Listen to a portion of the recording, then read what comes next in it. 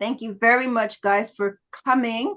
This is the show. This is the Artist Talk and Gallery Tour for Seeking Beauty, Finding Light in Uncertain Times. And it's painting and drawing. So we're going to continue with introducing everybody real quick, and then we're going to start going through the artwork. And we're going to start with Patricia Smith, okay? So Patricia, I think that's Pearlie who just came in, yes. would you, Patricia, would you like to just briefly just introduce yourself, because we're going to get into the artwork after the introductions for all of us who are here, okay? So please. Yes, I've been an artist since childhood. Was an art teacher, and now retired, and now I'm getting ready to sell my house and move into an old age home. It's a very traumatic year this year. Oh dear. Do you want me to start talking about just tell me, no, not yet. Tell us what city you're in. I live right now in the middle of Virginia in Locust Grove. Okay. And your medium. Hang out mostly in Fredericksburg, which is where I met you. Oh, yes, yes. And what is your medium? Well, that's an interesting story because I originally was doing oils and then acrylics, and then I really liked encaustic, when we had a couple of classes. And I didn't like the fact that my fuses were blowing all the time. Oh, yeah. So I tried to kind of invent a process with acrylics. It's kind of like faux encaustic, and it has lots of layers of acrylic mediums in between layers. So there's kind of some transparencies involved. And I also use a lot of stencils, so there's a lot of texture involved. Very good. Thank you so much, Patricia. So the next I'm going to ask Hubert to introduce himself, what city you're in, and what your medium is. And Hubert is my husband too, if you guys didn't know. Yes. Hi, I'm Hubert Jackson. I'm in Colonial Beach, Virginia, and I do mixed medium paintings. Okay. Thank you. Thank you. And we have also Wendy. Wendy, she's on mute, so I'm not sure if she's maybe. Let's look in the chat if she's trying to tell us something. No, I didn't get a chat from her, so hopefully she's okay. All right, so we have Mario. Mario, real quick, why don't you introduce yourself, what city you're from, and what's your medium, real quick? I'm from New York City. I do digital art. Yeah, I've been doing it. I've been painting pottery for a long time, and I discovered I have an eye for beauty. So I decided to start studying art more seriously. Thank you. Thank you. And what's your background? I remember before you told us you were an engineer. Yeah, I studied 2.5 years of electrical engineering. Then I went into interpreting. I studied Portuguese, Spanish, Italian, and French. Nice. And then now I'm just doing the art. Cool. Thank you. Thank you, Mario. And Winifred, say hello real quick. Hi. Medium. Yes, I'm in art culture and also mixed media. Okay. And you're in Silver Spring, right? In Silver Spring, Maryland, yes. Okay. Okay. Thank you.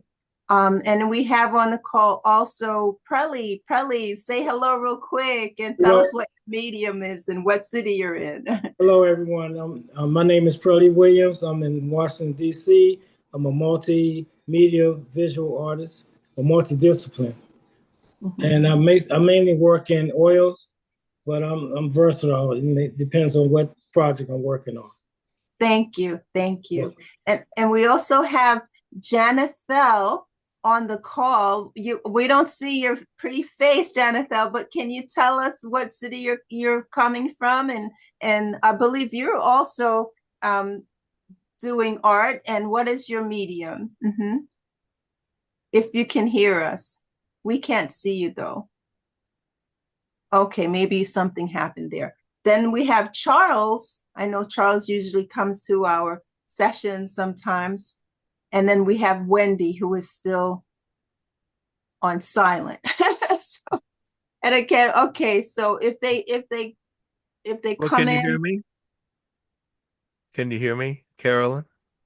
who's that? Charles. Charles? Yeah. Charles, yes. I we can hear you. We can't see you, but can you introduce yourself real quick and tell us, what you do and what city you're calling from?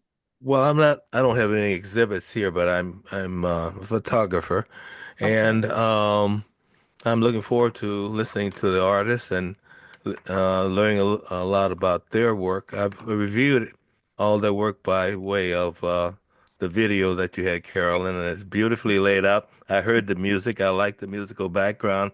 Too bad we Right, can't hear it this time, right. but it's a pleasure for me to be here to see all this talent here, and it's going to be an adventure for me to venture through your thought processes and your creativity. So it's a privilege for me to be here. Thank you. Thank you so much. Thank you so much for coming and spending time with us.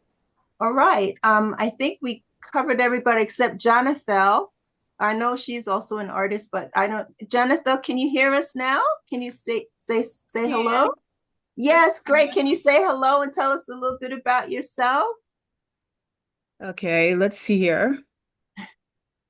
I just got back in from a BADC meeting. Okay. Which is Black Artists of DC. There's Jonathan. Yeah. Hi. Hi, everyone. How you doing? My name is Jonathan Shaw. Excuse me. My name is Jonathan Shaw, and I am a sculptor. I work in ceramic medium.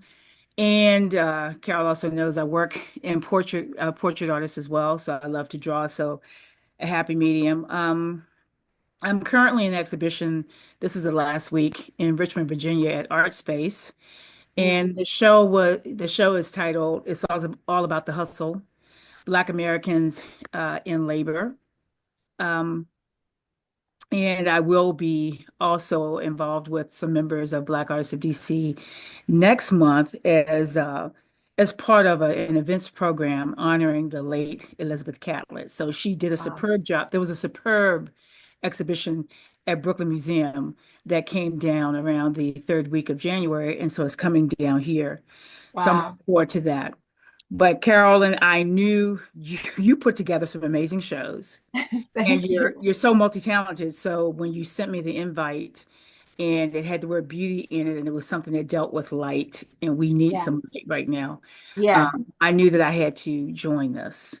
Thank you. Thank you for doing that, Jonathan. And we're happy that you're here.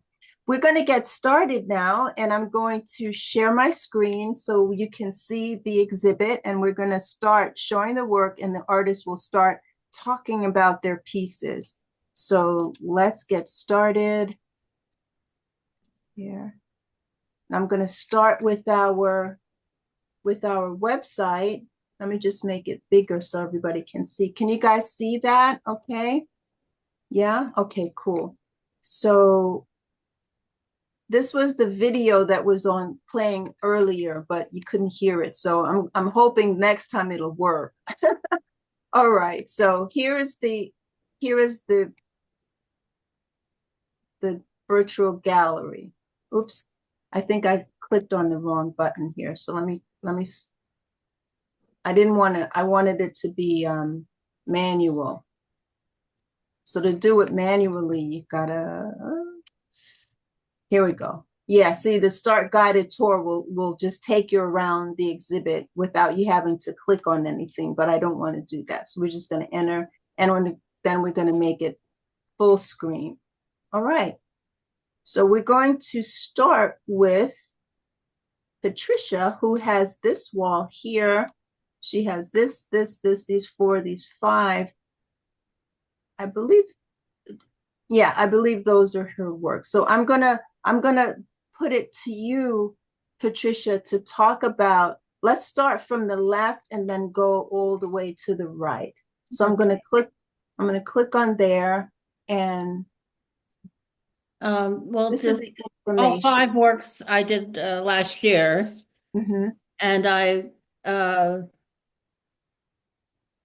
for lack of a better word, I look for kind of soul connections, and I had soul connections with 4 people that I never met through books and whatnot.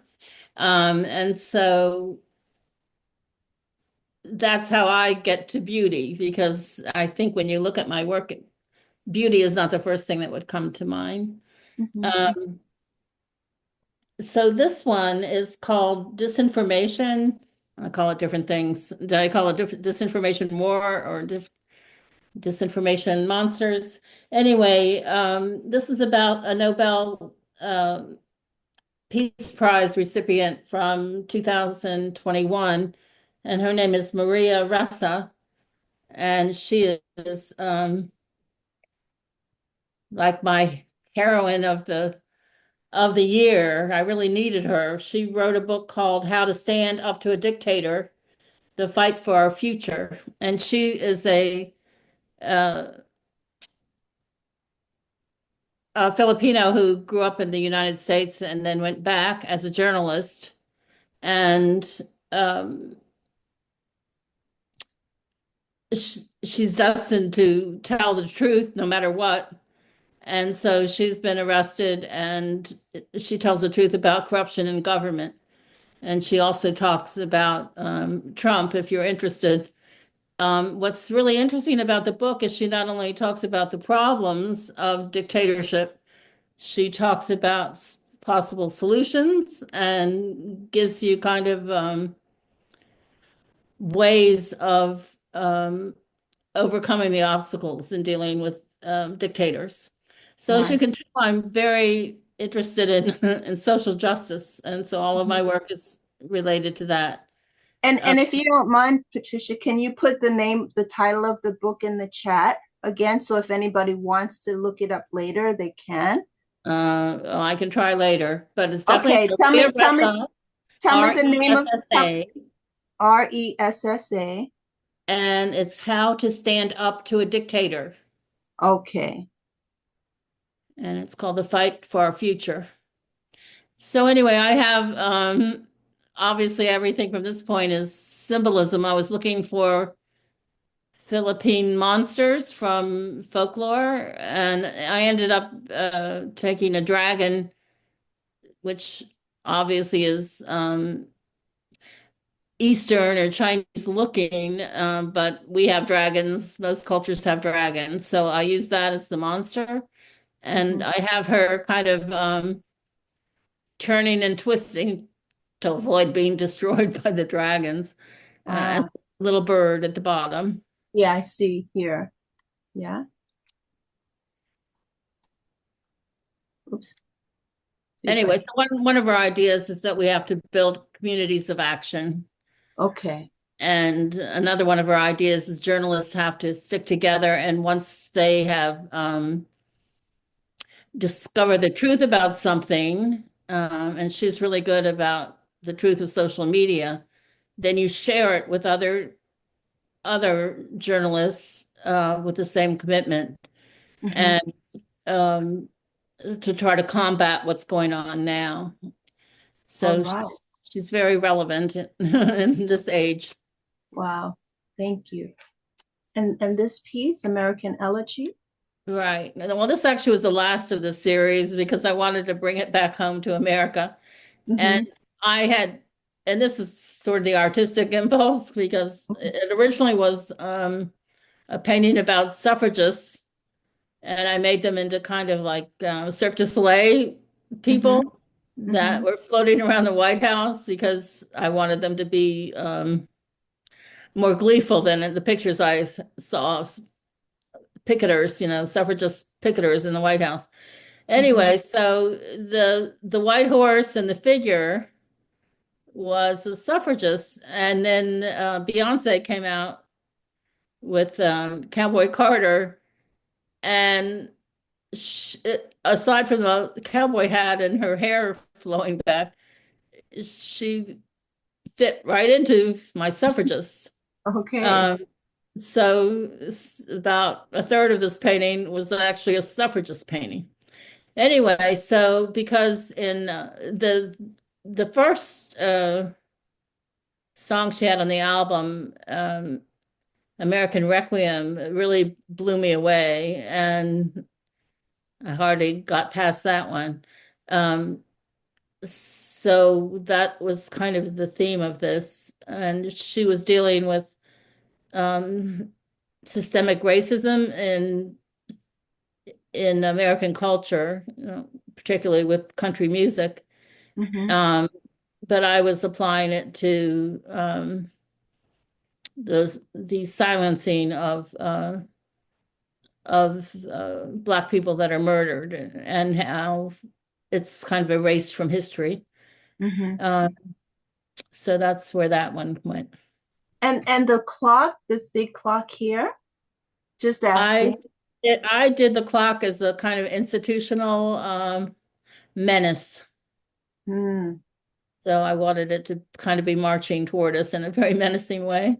Ah, okay. Thank you. And then we have this one, memoir, Yeah, this is called memorial. Memorial for the Yazidi community. Mm-hmm.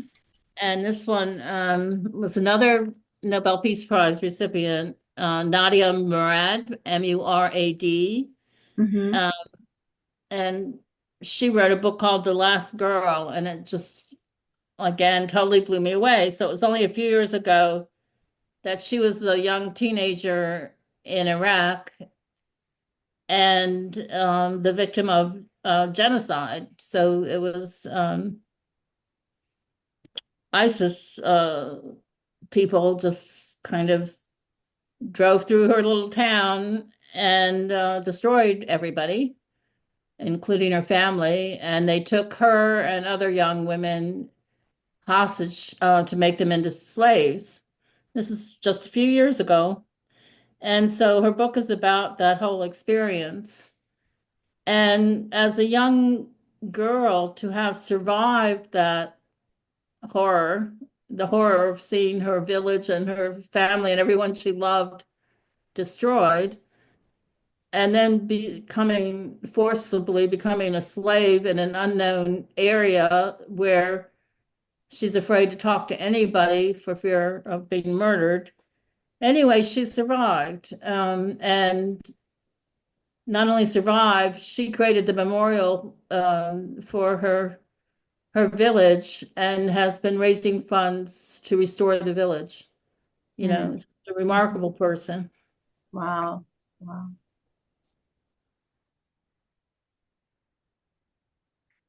And this is one of the paintings I did of um,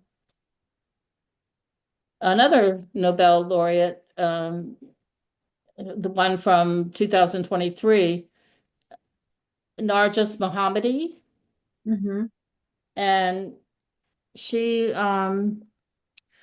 wrote a book called I think it's just called White Torture. I call it White Room Torture. Mm-hmm. And so she's a civil rights person in Iran Mm-hmm. who she was a lawyer, and she refused to stop being a lawyer in these horrible circumstances. And at that same time, I don't know if you remember, there was a death of a young woman in police custody. Her name was Masa Amini, and Mm-hmm. um, she wasn't wearing her habib, so some of her hair was showing, and she died in police custody. And so a lot of women um, went to the streets and cut off their hair and took off their habibs, and some got killed and a lot were arrested. So Narges Mohammadi is still sitting in jail. She hasn't been able to raise her two children. Her husband and children had to move to France, and she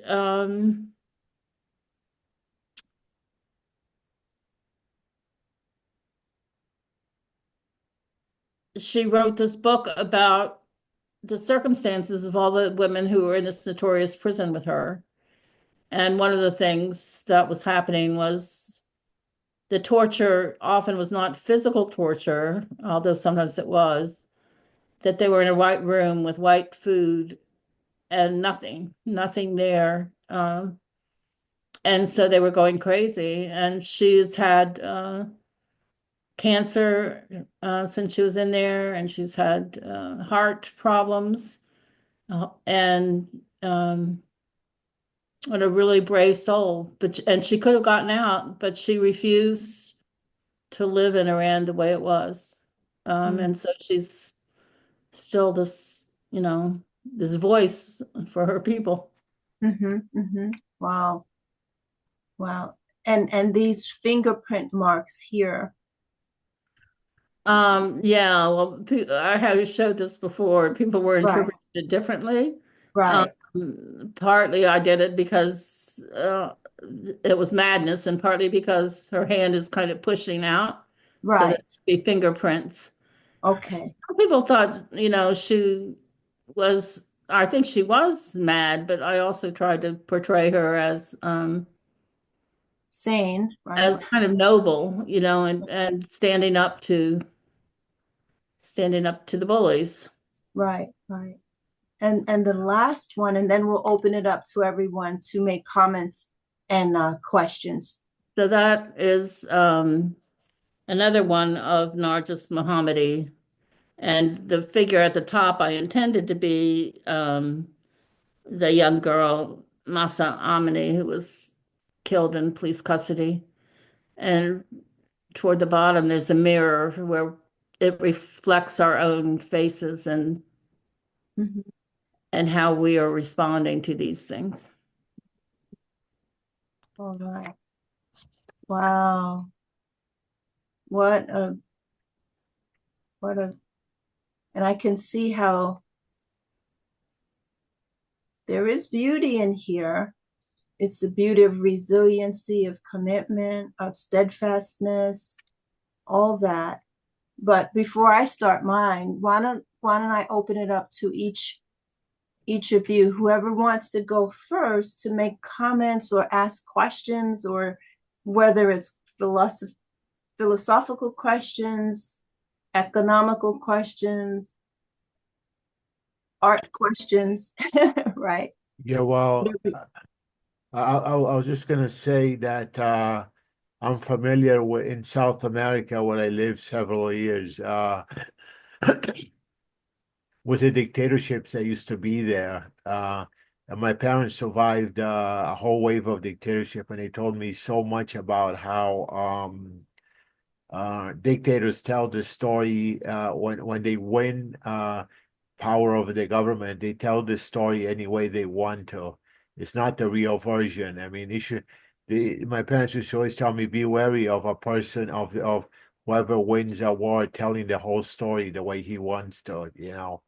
And I always, from then on, I always watched the anthropology documentaries, how they unveiled all these ancient cultures and what they really did and what their real story was according to the evidence and all the beautiful science. We can trace this stuff back. But that's what I'm gonna say. You got to be wary of a dictator who's telling you the story of how he became a dictator. Thank you. Thank you. Do we have any other comments or questions? I did want to. Sure. I looked at a lot of the work, and I have to tell you that Ms. Smith, Pat, that the impetus or the intent for all of your work is, I also work in social justice, is very, very moving. You had an earlier piece where you had Black masses on the piece. I think it was the very first one with the dragon. And I'm just wondering if this is just something, sometimes artists create pieces, sometimes we create pieces, and then as we're creating the piece, we just sort of intuitively finish it up. But I'm wondering if the Black mass is representative of chaos, angst in the painting. So that's the first thing. And then the second one is in the first painting. Yeah, the very first painting, the one with the dragons about the black mass. Right. The black masses are just, yeah, kind of like blowing up the world, destruction. And have you always been, it's interesting that you were able to be empathetic towards, other Americans who don't look like you, and of course, that what we're dealing with right now it's kind of surreal because this is what my great-grandparents and my parents dealt with. And quite frankly, I didn't want to have to go through this. But have you always been, this empathetic, in terms of in tune with the world? And then what does that cost you as an individual? Oh, it cost me a lot. So, yeah, I think I was. Like my first memory from my church growing up was learning about migrant workers and their conditions. And I ended up giving all my dolls to this family that had moved here. So immigration reform has been like one of my themes over the years of getting immersed in. But yes, it's cost me a lot, and the paintings too. It's hard. Like I had a show a couple of months ago, and these paintings were included in it. And there's just a huge amount of indifference. People liked what I used to do, which I used to paint landscapes, and they were pretty. Landscapes are pretty and they're also safe. Right. Well, in my case, they were actually a lie because I would take out any resemblance of human involvement, like telephone wires and things like that. And what it reminded me of was our indoctrination that America was this kind of vast wilderness to be explored, and ignoring the fact that there were hundreds of cultures living here by the time the Europeans showed up. So, my landscapes in many ways were a lie. Yeah. Wow. But I sold all of those. Wow. Thank you. Thank you. Wow. Yeah, I have a question, Pat. That's from Kelly. The same, let me just turn my video, I'm sorry. You're on. The same painting or imagery Jonathan was referring to. Does the dragons, I don't know, when I looked at that piece and I heard your interpretation of it, it reminded me of, a scripture verse that I read a while back in the book of Revelation and also in the book of Daniel, how it refers to the dragon, and the beast and stuff like that. And I don't know, was that kind of like your intent, or you? I didn't have those references, but I really believe that when you have open-ended art, all those interpretations just add meaning to them. So I appreciate that. Okay. Mine started because I have a huge Chinese pot in my living room that has dragons all over it. That's how. Okay. Okay. I love it. I love that interpretation. Okay. Thank you. Wow. Nice. Any other questions or comments? And then I'll go next as far as questions and comments. I just wanted to quickly mention that when I worked at the Red Cross, I got really familiar with the situation of the migrants all over the world, and they cook with wood, and they don't have sanitary conditions a lot of times. They're not treated with very good sanitary conditions. And I was with my boss. We're trying to like get some kind of find a way to put clean water and take out the sewage and put some electricity for at least heating heat oven or something, the electric stove. And I was trying to design something like that, but I don't have a degree in engineering, so they would have to find an engineer who would approve it. But it was really like tear jerking because they would cook with whatever they could, and that put fumes inside their tents, and they were under risk, and also they didn't have sanitary conditions. How did they go to the bathroom and stuff like that? So it's not an easy situation. Mm-hmm. Mm, Thank you. yeah. Wow. All right. Hey, Charles, did you have a comment, Charles, or a well, question? I do at least. I was looking at all the works here, and for me, the theme is bringing light. Is pretty risky, you know. Yeah. Um, it's hard to bring light, you know. Mhm. Um, I see a lot of oppression here, and suppression Mhm. of light and knowledge and of humanity in general. The one with the fingerprints on it, to me, was this represent really the supreme way of trying to control. I mean, there's hardly many things more personal than your fingerprints. Mhm. That's kind of unique to an individual. Once you take them and print them, it's like grabbing it, and it's regular processing in law enforcement is to take fingerprints. So very very poignant pieces of work. Uh, and the struggle to bring light is not easy. Right. Right. Thank you, Charles. Thank you for those comments. Yeah. Thank you. Yeah. I'd just like to say, when I put these works up in this gallery,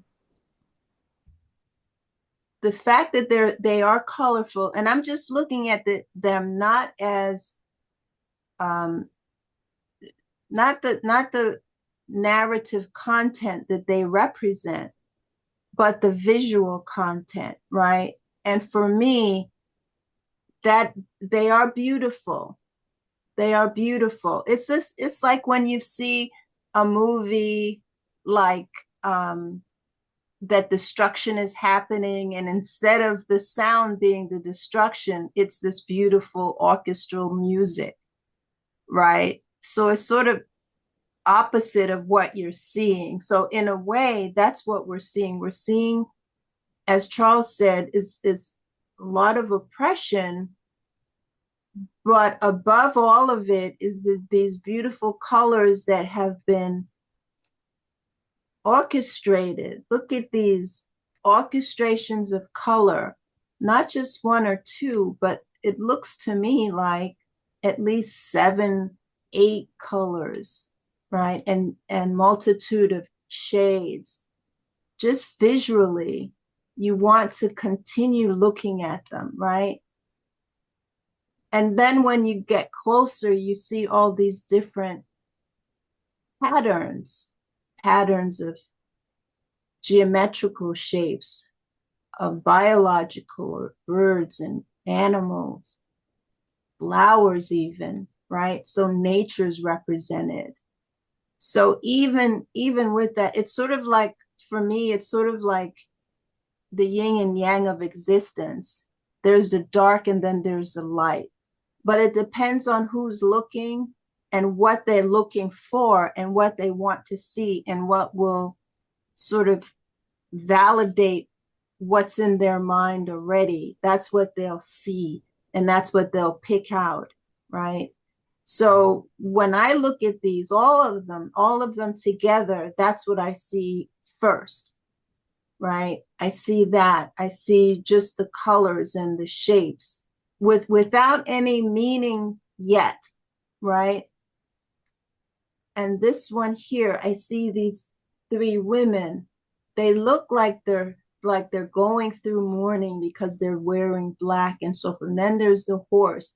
But before I even see all of that, I see these images, these stamps of color, right? And the horse, of course. And I see the sun, which could be an eclipse because it's black in here, right? And I see all this action happening. It's a lot of stuff happening. There's not like a silent space except maybe some of the dark colors. There's nothing's happening yet, but that's not very often. And there's even some text that has been included here, right?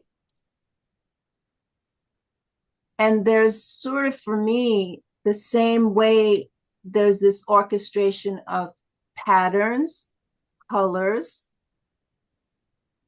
The balance is outstanding here. Here, the balance of red is major, right? So you know it has something to do with danger or pain or blood or something that really is like right there, right? So, and then you have the black dots or the black circles, and then you have the blue ones and the turquoise and the yellow, right?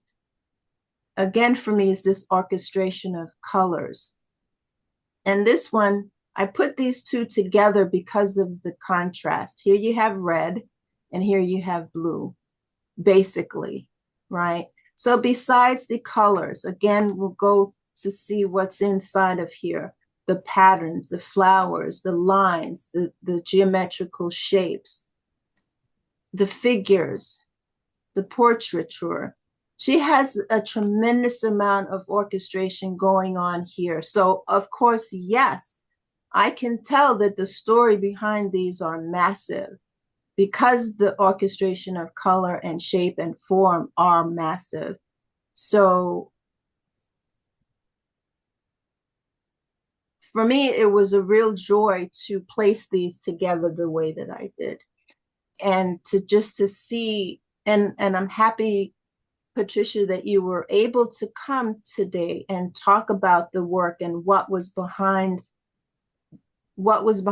this. Yes, this show is called Seeking Beauty, right?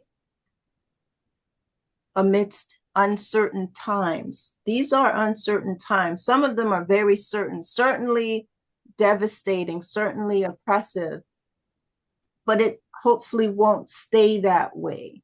Hopefully these women, when they're in their moments, they're not 100% oppressed. Maybe even in a blink of an eye, they find some joy somehow to keep them going, right? Obviously, some have been killed, right? So forth, but again, we're here to at least Patricia here to bring forward the stories, right? And then we'll carry those with us on our own journeys, right? So thank you very much, Patricia, for sharing these, for doing these, and telling your story from your point of view about their stories, because they're not here to tell us, but you are. So thank you for that very much. Okay, it'll tell us there. There we go. Okay. So Hubert, can you tell us about Jetty? This painting, am I coming through? Yes. This painting represents one of my favorite places that I used to go to years ago, which is in Ocean City, Maryland, a jetty. I used to go there and fish off this jetty all up into the night and the early morning hours. And I use a lot of textured materials like pine bark to represent the stones of the jetty. So that's all that is. It's just one of my favorite places. Very good. Thank you for sharing that with us. And can you tell us a little bit about that shaft of light? No. No. All right. How about the red color there? That's the only little piece of red amidst all of it. Does that represent anything in particular? No. Okay. Okay. All right. Thank you. Does anybody have any questions for Hubert or comments? No. Y'all are silly. So I don't know if Hubert is just like you're being matter of fact or not. This is Jan, man. I just want to say very quickly, I met Hubert Jackson when I joined the old Wilson High School, and he had been he had taught there for years and so forth. And so I walked into a somewhat legacy. He hadn't taught ceramics class, but I walked in some of the legacy of Hubert Jackson, who was known for, teaching photography classes and doing very well there. So that was something, that was a nice introduction. Hubert, this reminds me of one of the pieces I did purchase from you, and I don't have it in front of my face right now. When I look at this, you may not have any real reason. Maybe everything was intuitive, but when I look at it and I can see that was your favorite place, that light area, for some reason, I just equate it with, some spiritual source or just a release area, a place that's like a safe area. That's what it almost feels like. You're there and everything is pretty much serene, is beautifully done. It also feels almost three-dimensional because it implies that with the way that you've broken up the rectangles within the space. But when I look at that, it's like, oh, this is how I can, I'm ready to go into that next phase, into that next chapter. That's how it feels to me. So maybe it is up to interpretation. Yeah, I agree with that. I felt the same way about it when I saw it. After having sailed the Chesapeake for a few years at least, dark skies are not the kind of skies you want in a sailboat in the middle of the bay. The light to me is optimistic. There's definitely optimism and safety and maybe security there. A little spot of security and safety within the storm or possible storm. Thank you. Well, I see like the white to me reminds me of peace. White is a color of peace. And it brings me some serenity and some calm in whatever the picture is portraying. And so yeah, it actually comes across to me that way. I use that particular feature in a lot of my paintings, and I just call it ascenders because it seems like it's a light that goes from up above down to the earth, and I guess it's sort of a spiritual kind of a thing. But I've used that feature many times in a lot of my paintings. Yeah, another realm. All right. Well, thank you. Thank you for telling us about that piece and for everybody's comments and what you saw in the, yeah. Let's see if I can grab Nancy's work. Okay, here she is. She has 3 pieces in the show. At peace, fleeting strands of wonder beckon, floating fearless, whisper gently, seek us when we face our aqua seas. Clouds slip in and softly stroke our red-hot thoughts and achy bones, these offerings of quiet calm. They freely wrap their coolness all around our tight-held sinews and our fading hopeful dreams. The soothing sound of giggling waves, tiny ripples playing on a restful sandy shore. The welcome sight of blue-green water spread so widely, holds us ever sweetly like an unexpected smile. A water's edge casts simple magic. Gratefully, our open palms of weariness can cup a breath of peace. What I'll do is, she sent me some text to read to you guys because she's come down with a terrible, terrible cold or flu, and she's coughing a lot. So she sent me some information to read to you. So I'm going to pull that up and read it. Pages, here we go. So this is what she sent. Can you guys see that? Yes. Yeah, okay, great. Yeah. So she just says, "Hi everyone. I am so sorry that I can't share in this wonderful artist talk with my fellow creators. I hope that my poem Seeking Beauty, along with some words with respect to my paintings, offer some peaceful and joyful moments. I have been an abstract painter for most of my artistic life, But for the last few years, I have also found myself drawn to landscape paintings and techniques with that volley from realism to semi-realism to abstract expressionism. We must honor our Mother Earth. She talks about that. Let me scroll down a little bit. My painting, We Must Honor Our Mother Earth, derives from a pivotal moment. I'm going to move this over so that I can show you what she's talking about, which painting she's talking about. I think it's this one. Yeah, this one. Okay, so I'll continue now. So she says, for that one second. She says, for that one, my painting titled We Must Honor Our Mother Earth derives from a pivotal moment when I was watching a video of one of my favorite landscape painters, Roger Bansimer. He and his wife, Sarah, travel widely in the US and beyond. With both reverence and joy as their cohorts, they explore the glories of Mother Nature's natural kingdom. When I heard Roger recount how and why he painted the sea oats of Florida, I was deeply moved. He spoke of the crucial need for these delicate and beautiful plants that seek to hold the sandy shores of Florida in place in order to prevent widespread erosion. When looking at sea oats with sun shining upon them, they twinkle and are much like dancing little fairies. I am always struck by the juxtaposition of strength, beauty, and delicacy.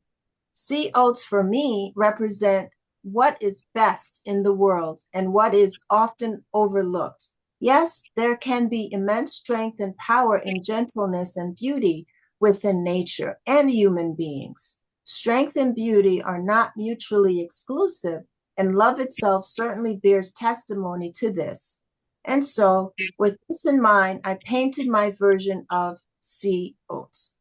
It is a tribute to one of the brilliant ways in which Mother Nature teaches we humans how to behave. So that's that painting. And then the next one, let's see if I can pull it up here. Birth Amidst the Waves. This painting holds profound meaning for me, as it also brings me great joy when I see it. I hope that it will be a thing of beauty for you to behold. It truly expresses my love of the indigenous roots of my country, Canada, and the US.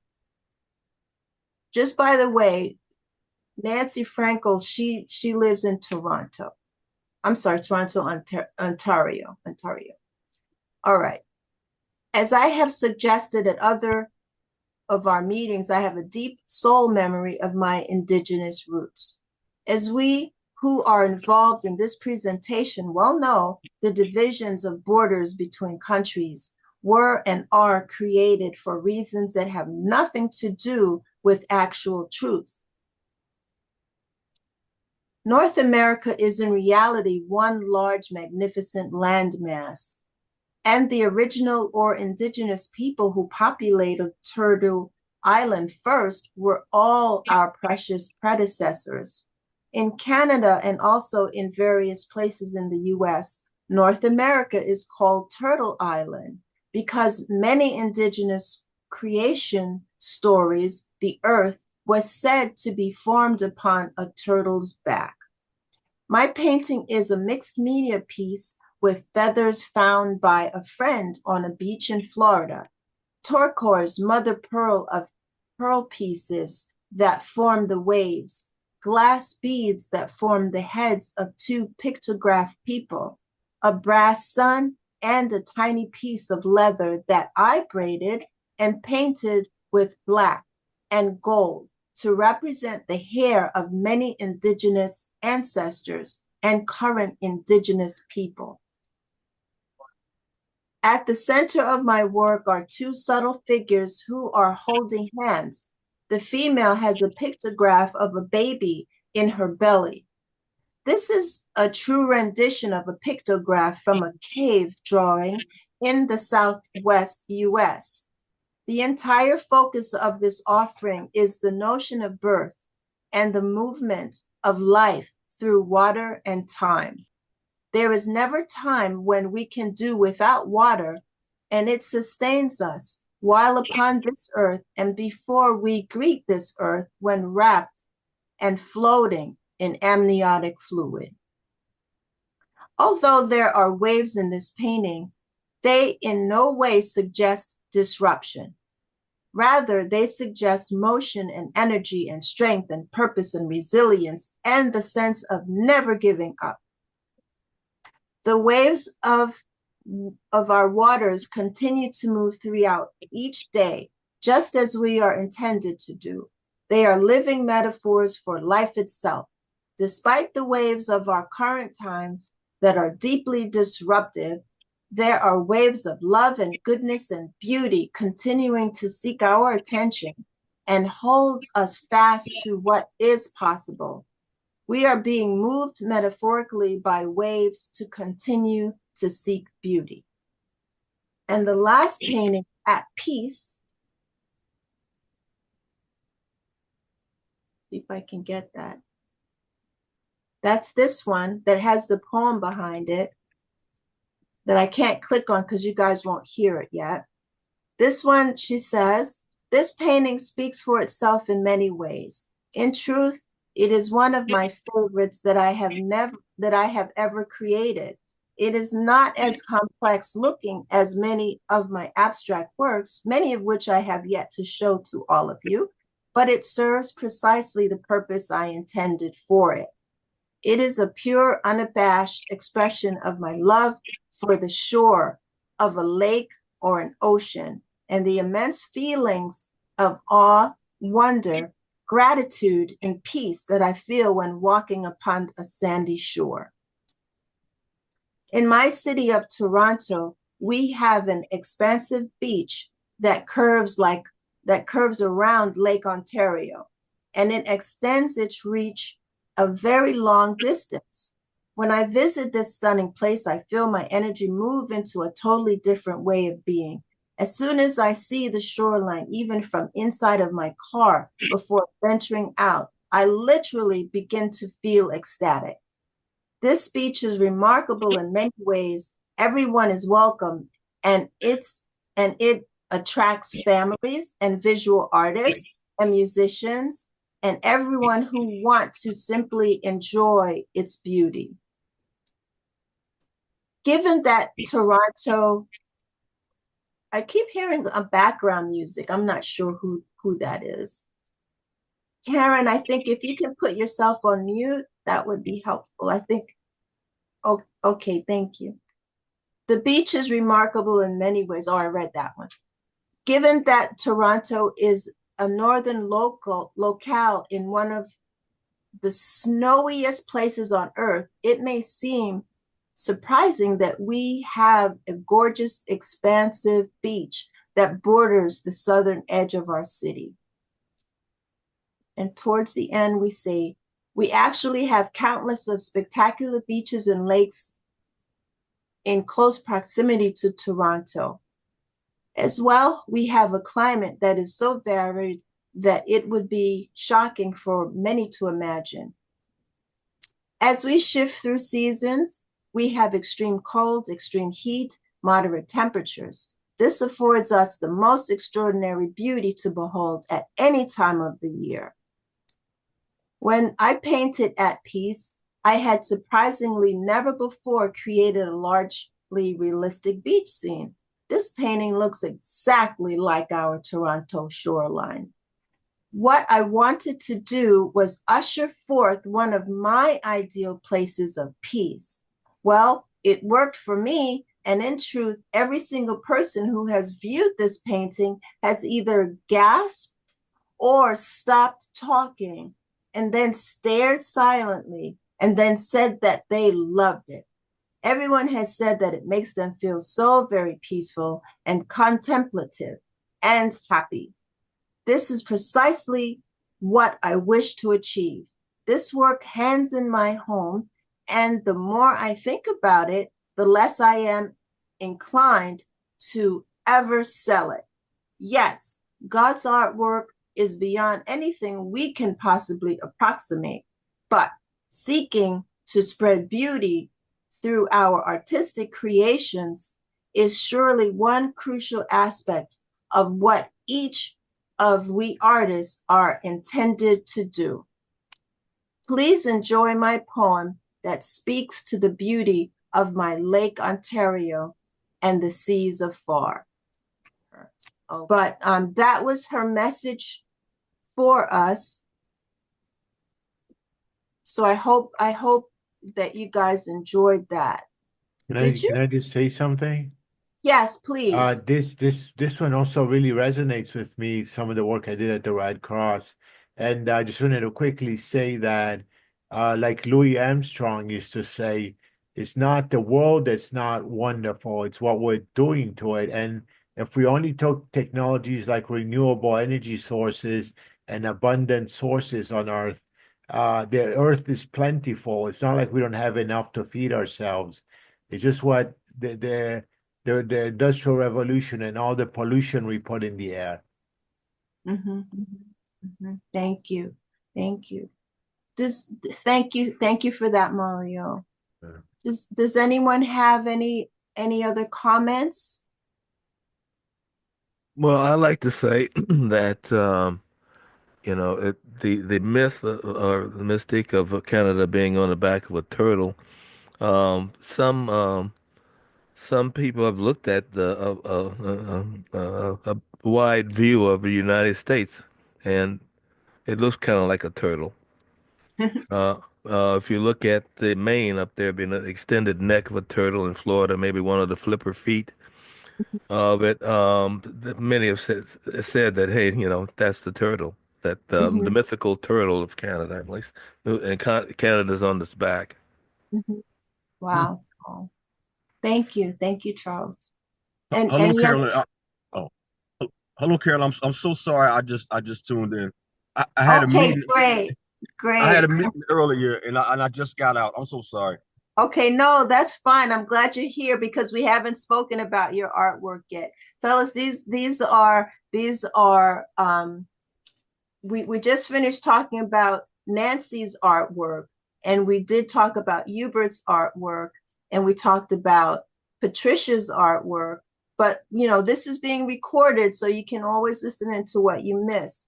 Okay. But I'm gonna go toward your artwork now, Jerome. How's that? So since you're here, okay. How's everybody doing? Doing good. How are you? Good. Great. Sorry, excuse my tardiness. Well, we're happy that you got here. We're happy that you got here. All right. All right. So we didn't get a chance to really for you to introduce yourself like most of the artists did at the beginning. So can you introduce yourself as to where you're calling from and what your medium is? And then you can talk about this piece. Oh, yes. How's everybody doing? My name is Jerome Smith. I'm originally from Philly, from West Philadelphia. Go Eagles. They won the Super Bowl. My medium is pretty much I like to do everything: acrylics, oils, on canvas paper, anything that really pretty much inspires me. Nature, and a lot of my work that I do comes from a lot of my past traumas and a lot of things that I've been through in life. Usually I was the type of person that's I'm really an introverted type of person. So a lot of my expressions come out on canvas and through my art.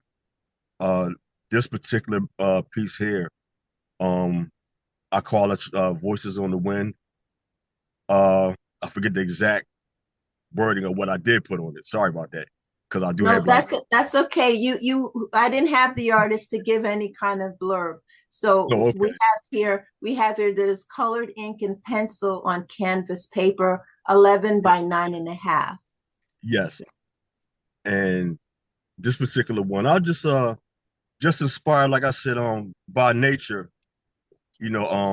a lot of times I may go somewhere and just sit, or just sit on the bench, or sometimes sit in the car and I may watch the sunrise or watch the sunset. And the face that's inside the tree is just a part of, to me, shows like a serenity with nature. Just like being one. I think a lot of times we take for granted through all the hustle and bustle or just being out running errands. And, as a child, I spent a lot of time to myself.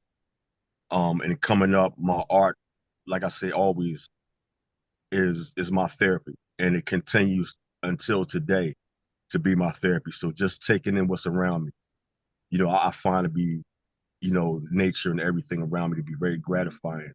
It's a piece to me. So this piece right here just kind of reflects that.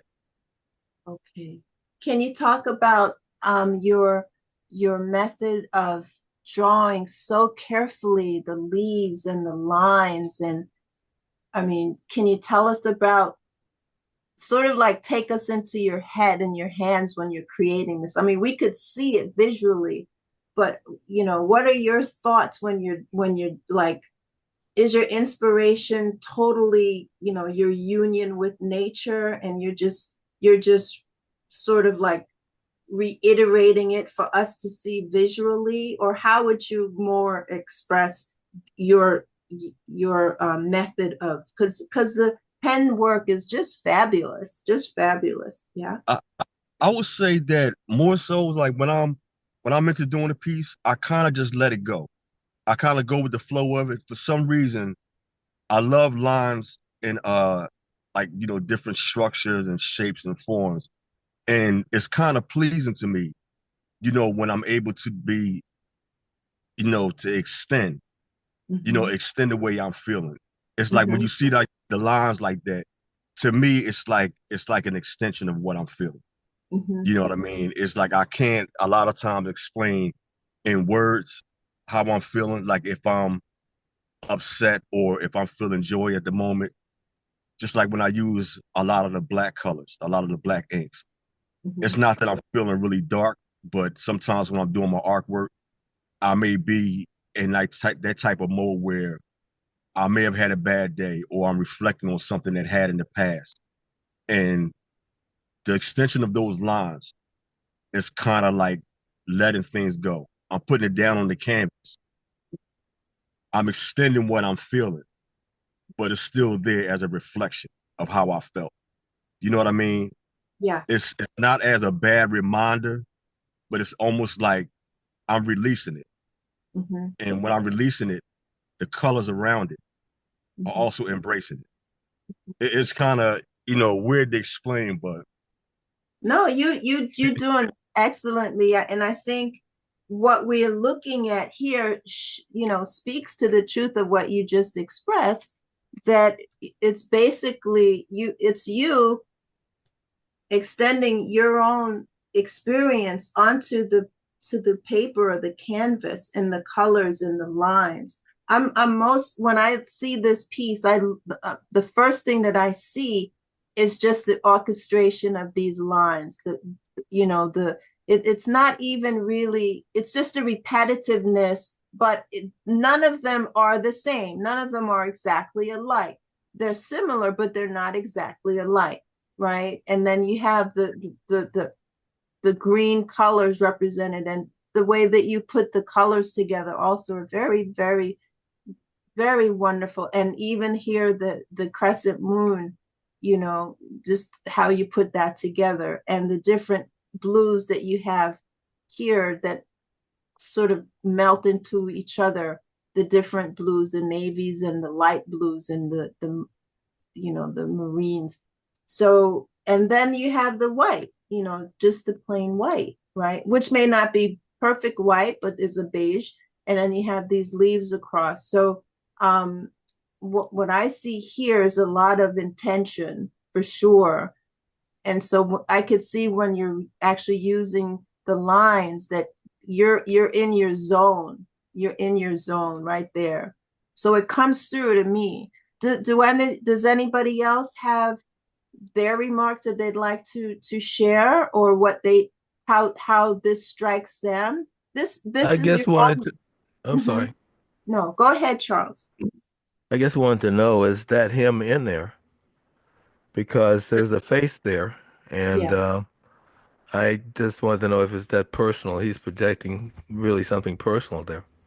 It's not particularly me. And it's, I would say, in a sense, unconsciously, in a sense, it may be me. I know they may sound strange, but it's all still like she was saying, like Carolyn was saying, those lines and along with the colors and everything that's incorporated, it's still that connection. It's a lot of the trauma when I was coming up and a lot of the abuse that I suffered. When I say I spent a lot of time alone, I guess I incorporated me being one with nature and me being one with, having pets and animals. When you spend that time alone like that, and I guess wanting to be a part of everything, and the teasing and the shunning and everything like that, when people put you outside of a zone that you want to be in, you feel excluded. Mm-hmm. So me incorporating everything together, connecting that, kind of includes me in everything that I was put out of. Mm-hmm. You see what I mean by a face, though? Did you deliberately put a face in there? Yeah, yes, I did. Yes, Okay. I did. Because all right, I just that want to make face, sure. the face is, yes, the face is looking out still, because it's, you may see a lot of different faces in my work, with the eyes that are always watching, and it may only be like one eye, but the faces to me mean a lot, because the faces always show expression. Mm-hmm. And they may not have smiles on them. They may always have that serious look because they're in thought. So there's a lot of resilience there, against, maybe a storm or something. Yes, it's always, I always put, for some reason, faces and eyes have a strong meaning to me, because it is, like you said, that resilience. Because even though I was told coming up as a child that, I was stupid, I wouldn't make it, I wouldn't be anything, that negativity is what helped me jump past and say, you know what? I believe I have a talent. I believe I have a God-blessed talent. And regardless of what it is, that regardless of what they say, I still believe that I can make it somehow with the voice, with my own voice, using what the talent that I have. So that face is still saying, this is me. The piece to me screams out diversity. Look at all the colors and the shapes, and I resonate with the immense amount of different colors and shapes and forms. It's like screaming out diversity to me. Is that what you intended? Yes, I am a very strong believer of unity among everyone. You know what I mean? I have a very deep, belief in I myself am biracial, but not only that, I believe that, that everyone has something to offer. Yeah. Different cultures, ethnicities, I believe that this world is a huge melting pot. You know what I mean? And I believe that everyone has something to offer. So I'm a strong believer of that. Yeah, I agree with you totally 100%. I'm looking at your piece, and I see, I think you mentioned earlier that you like to look at the sunrise, and that face could be symbolic of you or anyone that's looking or searching for some serenity. I also kind of, I don't know, somehow I see with that half moon, the crescent moon, and it looks almost like that combination of that and that the purple. It reminds me of the Sankofa, the bird, the image, and a call to action. I don't know if anyone else sees it, but the imagery is powerful. The symbolism is powerful. I like your color, your color scheme. I see a lot of. I don't know. I hate to compare my work with others, but I kind of see some similarities, and a lot going on in that similar to my piece. I don't know if you can see it. Yeah, we can see it. Yeah. Then I like what's going on there. There's a lot of inspiration in there. In other words, Thank you. Yeah. You stay blessed, brother, and never let nobody tell you what you can't do. I mean, they could try, but you already know what's within you. And you're a very creative brother. Very Thank powerful you. work. Yes. Thank you. Thank you. Stay blessed. Wow, cool. Very, very good. Thank you. Does anybody else have anything to share or ask Jerome or comment? Okay, there we go. Can you see it? Yes, I can see it now. When I look at this and I drink it in, I internalize. It's very spiritual, very ethereal to me. It's they're just words that he mentioned unity. I think universal resonates. The tree, the crescent, the face inside, the blue representing water, to me, the green earth, the red and orange of energy and fire. It just seems like a very, it's very spiritual. That's what I'm getting. It's very ethereal and very powerful. Thank you. And yes, connecting everything.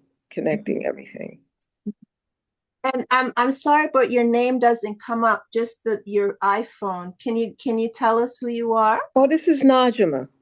Najima. Okay, great. Hi. I'm sorry. I don't know why it's not coming up, but yeah.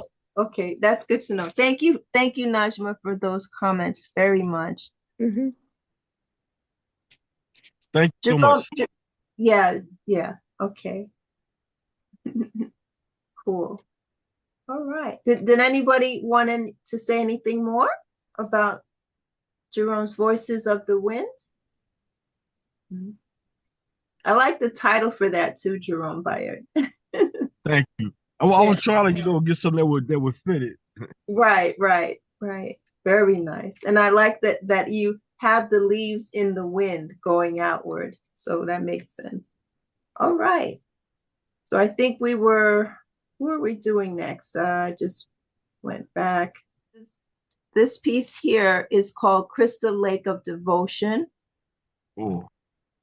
And it is here. It's an encaustic piece. This is on canvas, that the canvas was wrapped on a wooden panel, right? And so it's 70 inches wide. It's a large piece by 28 inches high, right? And so I'll just read this quickly. A lotus flower represents fortune and purification in the Buddhist tradition. This painting was first of series of mixed media pieces where I took glass frit, which is really glass frit. If you don't know what that is, it's stained glass that was crushed, right? Oh, and wow. then you purchase a bag of crushed stained glass. It's not crushed to powder, but to these little pieces of glass. So you can get glass frit in any color that stained glass comes in. So I used one that was close to almost like a blue or a translucent, color, almost like just glass, because when I look at a lake, one of the things I enjoy are the little sparkles on the lake. Yeah. So this is encaustic with oil. Now, I'm really, for me, this is just to explain the process for it's a huge piece. So the blue color, the flower itself, the flower above the quote unquote water, right? That is the pigmented beeswax. The background that's brown, that's pigmented beeswax. What it is here where it's sitting, because you know how lotus flowers come out of the mud, right? and you see one part that flowers and blooms above the mud. Well, this mud part, which is just a dark color with a reflection, this reflection is in oil, right? And the green leaves are done in oil. I used to, before I did encaustic, I was like a photorealist almost painter, right? But Wendy's here. I left. Hi, Wendy. So I finished up with that, and I went over to abstract, because then I felt a little more closer to creativity and not technicalities, right? So this is here. I'll just finish reading real quick. That the glass frit represents my love of shimmering light sparkles that one sees on a sunny day over gentle ripples of a relatively calm body of water. So all of you have seen that, right? You're going across a bridge or someplace and you see the sunlight sparkling over the water. I just am in love with that scene. So the mind, when it is calm, like a glassy lake, reflects truth. When the mind is turbulent, it cannot attain truth because it can't see it. The artist is devoted to releasing light into the world through artists and their creation. So that's just me saying what I just said, that I'm devoted to releasing light into this world through artists, myself included, and all of you on the call who are artists, right? Whether a photographer or painter, a sculptor, right? You're a creative being. And I had been a Zen student for over 35 years. I still practice Zen, right? And my Buddhist name is Ji Hua. Ji Hua means wisdom flower.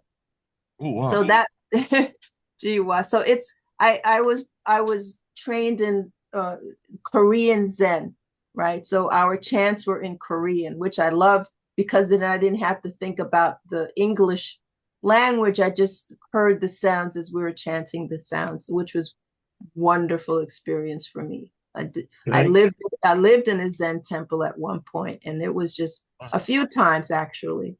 So so I'll let you guys give me feedback when I'm done, but I just wanted to go through that, the larger one. The little one here is called Open Galaxy. Now this is apart from the more, realistic looking flower, going into the more, more abstract, right? It's more motion in it. And that's why I love abstract a little more, because it looks uncontrolled. But the wonderful part is that I have mastered the encaustic, and so what you see is what happens, but it happens because I had already imagined that this is what will happen. Because you practice a lot and you know what's going to happen. Right. Yeah. So this is also on wood, but this is not on canvas. This is on wood. Right. And then I think I have this piece here, this humongous one. This one is called An Interval of Zen, Cosmos, and Dewdrops. This one I painted in Bed-Stuyvesant, in a house where I grew up. When I first came to the United States at age 2 from Trinidad and Tobago, my grandmother and father purchased a home in Bed-Stuy. And by the time I was, I guess in 2013, I guess I was somewhere around 53 at that point or so. I'm bad with math sometimes, but I did this in the room that I actually grew up in Bed-Stuy, right?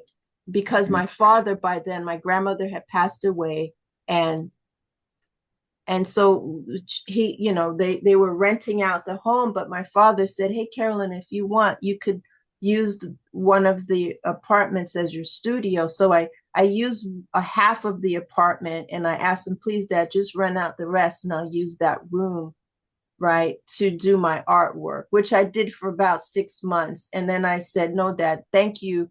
Rent, we need the money, rent out the whole apartment." So, but I did this piece there. And these are 6 separate panels on wood of encaustic. And it's just pure encaustic on panel. So it takes a lot to actually construct it on the wall, but it's easier to do it in a virtual gallery. Right. It's beautiful. So Yeah. yeah. So it blends perfectly together. yeah. So let me click on it one more time so I can read you. And this is just part, like I said, you're free to go to the gallery and read and look at the whole thing. But so this expresses beauty and wholeness of duality. So it's basically, if you look at one piece, you'll see it's opposite. Where it's light, it's dark. Where it's dark, it's light. And I did that throughout the whole thing.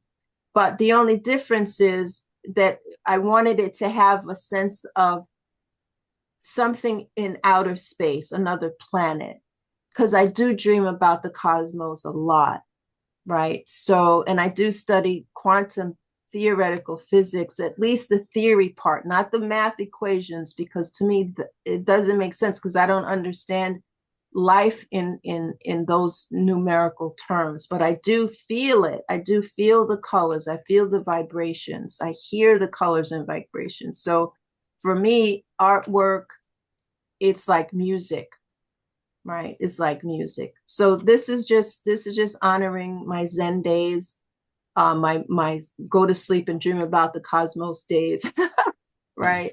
And just being an artist days, right? So that's that. I think those are the only three I have. I may have more, but I want to get your feedback, and let me have your feedback, because I welcome any kind of positive critique, right, or comments. Did you ever hear about a very good French musician, songwriter, and singer called Charles Trenet? He had a song called La Mer that spoke about the reflections of the ocean too. Wow. I used to always sing his song and record myself on a CD, and I give it to my French friends. Okay. It's called La Mer, and it talks about the beautiful reflection of the sun in the water as it rains, and everything you see in the ocean. Nice. Thank you. Well, Carolyn, that's beautiful. I mean, since you're into quantum mechanics and everything, these are planets or celestial bodies at least, but I can definitely see the relatedness of them to each other. Yeah. Or otherwise the entanglement. Yeah. That's right. Carolyn, what do you call that technique again? Encaustic. Yes. Encaustic is an old tradition of painting back, centuries back, thousands actually. The ancient Egyptians used encaustic to paint their mummy masks. The ancient Greeks used okay. Right. It's just pigmented beeswax. They take the beeswax and mix. I mix my own paints, right? So I have a lot of fun just doing stuff, right? And then painting with heat. So I use a heat gun to spread and melt the wax over and over again. That's what encaustic means, to fire again, to melt in again. Because I have to melt the pigments together. Right. I love the result. The result of it is so, so smooth and just is. Yeah. The blend is beautiful. Yeah. Thank you. That's the art of doing it. And here's the last one. I don't promote. I don't say this a lot, but my work was just recently, maybe in the last 3 months, collected by the Smithsonian NASM, National Aeronautic and Space Museum. Oh, right? Congratulations. Wow. Thank you. Yeah. Thank you. And a piece of Hubert's as well. As we I should say stuff like that more, but I figure, well, there'll come a time when I will. So this is the time.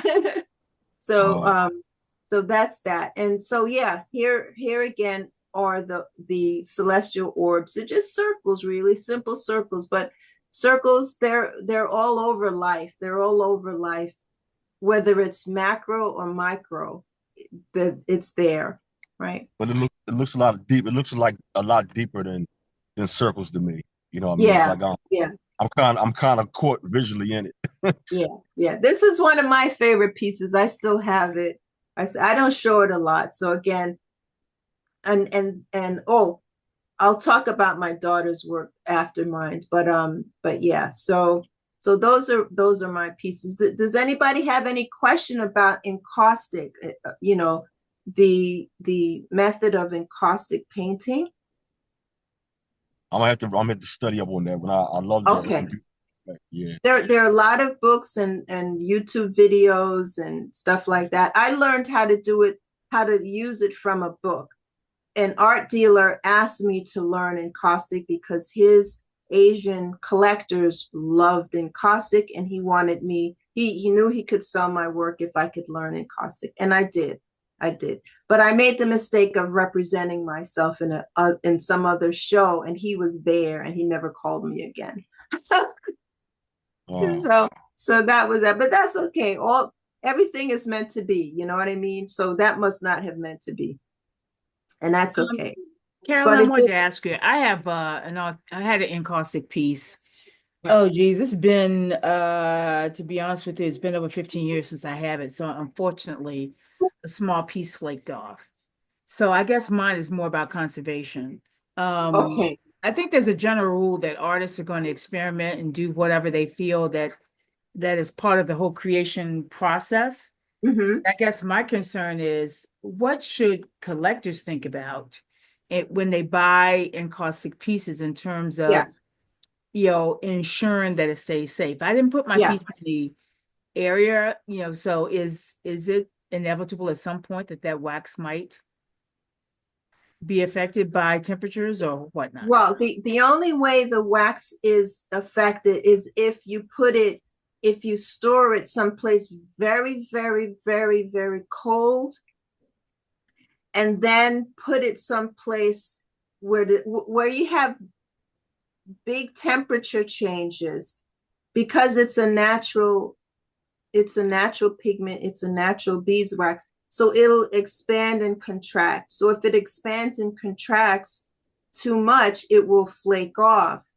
But when I sell a piece, usually I'm pretty sure I give instructions on how to care for it, including buffing it, including things like that. And obviously, don't have people come to your house and say, can I touch it? And tell them, yeah, you can touch it, because the wax actually likes the natural oils from a human hand. What it doesn't like are the fingernails, because wax is wax. And if you scratch it, it will come off, right? So stuff like that. But the other thing is, don't put it in a hot car. Like if you want to take it to a friend's house and you put it in your car and it's like 100 degrees and then 150 degrees in your car, it's going to melt. It's going to get very soft. It may not melt, but it'll get it won't melt. The only time it'll melt is if it increases 175 degrees. So if you're in a place where if you yourself have your art and you're someplace in 175 degrees, it's going to melt. You're going to melt, right? So you don't want to put it someplace that hot, right? And you want to, you want to buff it. You can buff it with your hands. You can buff it with a soft cloth, just to make sure that you don't scratch it with a hard object, because it will get, impinged upon that way. And also the artist who creates the piece, they have to understand before they paint it the ingredients that they put into the mixture, because you can add other things besides the wax and the pigment, right, to make it a little harder, to make it a little softer. If the artist is going to paint on the wood, then okay, it's good to it can be a little more brittle. But if you're going to paint on the canvas, which is going to maybe bend, the mixture should not be that hard. It should be made so that it can give. So really, it depends on the collector's knowledge of keeping it safe and the artist who created telling them what this can do and what it can't do. So yeah. Excellent. Thank you. You're welcome. You're welcome. Any other questions or comments about the works? Mine was all over the place. Okay. So the last piece is Alexis's. And her piece, Alexis just had her second little baby boy, my grandson, Jonathan.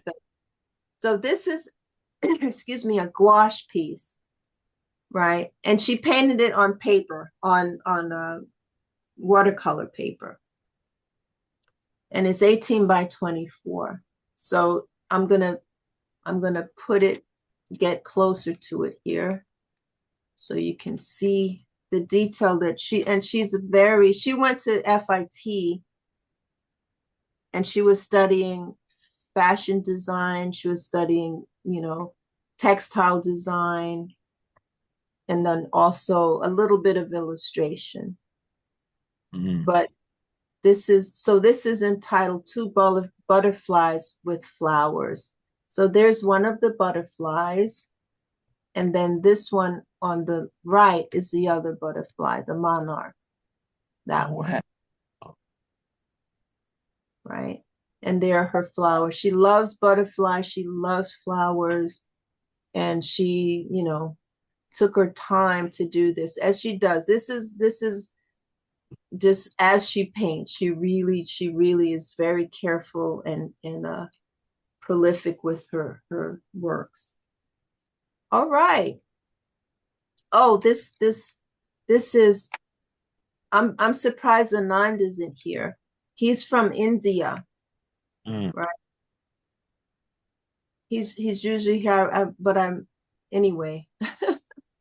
I'm just going to click on his and read his description.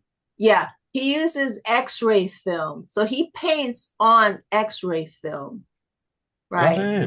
Okay. Yeah, right. And it's oil. And when I'm sorry he's not here to talk about his work, but it's something that he put together, that he experimented with and was able to actually pull it off. Oil on X-ray film. And they're smaller pieces, 12 by 6, right? Let's see if I could get out of that. Yeah. I think that was his only piece. Yeah, that was his only piece. Yeah. I was just wondering, why is the neck so long? Is that something that they wore, like something on the neck, like the Africans, to make the neck longer? I don't think so. I think that was just his aesthetic. Oh, I see. Yeah. Yeah, that was just his aesthetic, because this, I think of Modigliani, a famous sculptor, painter also. He painted with long necks. A few artists like the long necks, Yeah. I know if it's Barnes. if it's an African sculptor, yes, but this I don't Barnes. think. Oh, sorry. Yeah, I don't think this was reminiscent of any of the African people. I think this was his aesthetic. Jerome, were you trying to say something? Oh, it was also Ernie Barnes. He did the elongating features like that too, didn't he? Yeah, many artists do. That's why I love these artist talks, because then the artists themselves can talk about it. I don't want to speak for them for this. Right. All right. I'm gonna stop sharing my screen unless somebody wants to see something. Go back somewhere before we just see each other and continue the conversation. I think we went through everything. yeah, this is a smaller gallery, because we had I think there are 28 pieces, I believe, in the show, right? But I love this gallery because it's warm, you know, it's got like these these wooden the panels on the floor, on the wall, on the ceiling. I love how they designed this gallery. Yeah. Beautiful gallery. Yeah, All right. I think I'm gonna have to go now because I gotta go eat dinner with my mom. By the way, she's 93 years old and she's a nuclear physicist. Wow, wow, So I value her a wow. lot. I don't know how much longer I'll have her, you know. Wow, wow. I would have loved to meet her, talk to her. Wow. Yeah. Wow. You Okay, guys have a well, great day. Thank you so much okay. for your presentation, Carolyn. Yes, Sure, thank you. sure. And thank you for being here, Mario. All Thank right. you very much. Bye-bye. All right. So thank you guys for being here. We had a great time. Winifred didn't say much. Hi, Winifred. Oh, she's All right, waving. Pearly. All right. Okay. All right, everybody. And Latoya did make a comment that the pieces were beautiful. Thank you, Latoya. All right. Welcome. Okay. And Najima and Ronald Lammy was here. Wow, Ronald. I think I just missed him now. Yeah. Yeah. It was an honor and edifying for me. Thank you. Oh, there you are. There you are, Ronald. Nice, nice. I haven't heard your voice in ages. Great. I'm back. Good. All right. Thank you, everybody. Thank you, Carolyn. Thank you so much. Okay. Thank you. Goodbye. Bye-bye. Good night. Good Good night. night. Night.